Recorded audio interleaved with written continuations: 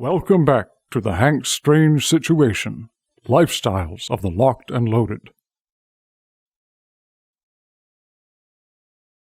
Make sure to check out hankstrange.com. You can sign up for our email list and find ways to follow and support our efforts. Flying Eye Production says they have to go. Only chance of holding them is FGC News. What is that? Oh, so I guess that would be the FGC Mark II he's asking about. Oh, okay, there you go. So let's see. Let's hold him. Should we just wait until the end of the show? No, I'm just kidding. Yeah, no, let's do that. No. I'm not going to do that. Yeah, so broad strokes, the FGC is not an entirely printed firearm, but it's entirely DIY, using a total of less than $500 in materials to make the first one, and that includes the tooling. So you make the barrel in a 5-gallon bucket in your garage or your sink using salt water and aquarium pump and like a desktop power supply.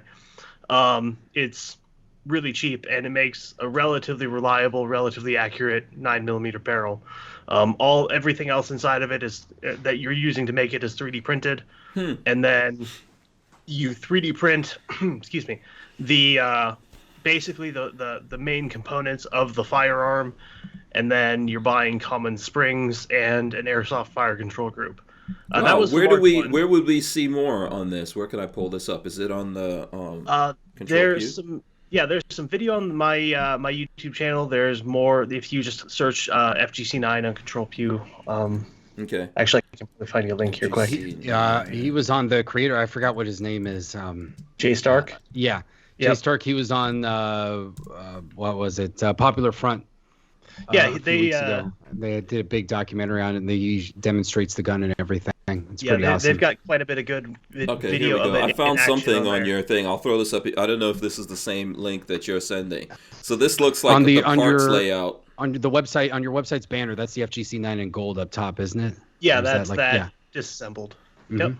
Oh, okay. So, the Mark II has an updated barrel, updated bolt, updated operating system, and it's been held up. It was going to release this year. It's been held up because we're waiting and we're doing some final testing on a printable fire control group. So what's in that picture that's on screen is the AR-15 fire control group. There was a version that was compatible with the airsoft fire control group. Now we've managed to print all of the major components and all of the springs and everything else you can order off AliExpress, and they'll ship everywhere in the world. So that's where that's at. It's delayed for now. Ballpark is January, but I don't actually have a hard date. Okay. Do you get a lot Depends of... what... Go ahead, Rich. Depends what 2021 brings. Well, it'll come out one way or another. Yeah. We'll make sure. Make sure of it. But yeah, have you guys ever had the ATF or any other places like that messing with you?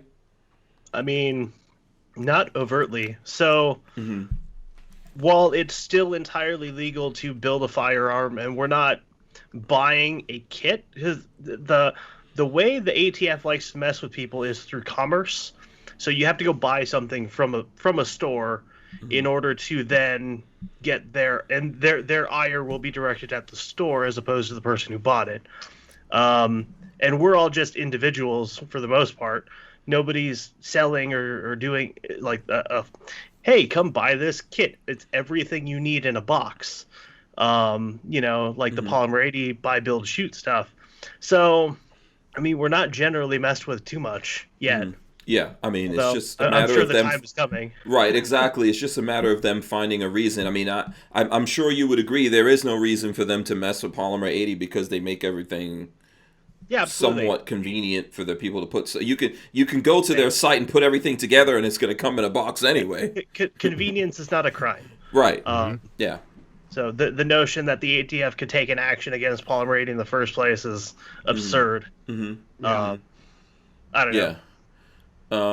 Let me see. Every piece of anything is an 80% receiver as far as I'm concerned. Yeah.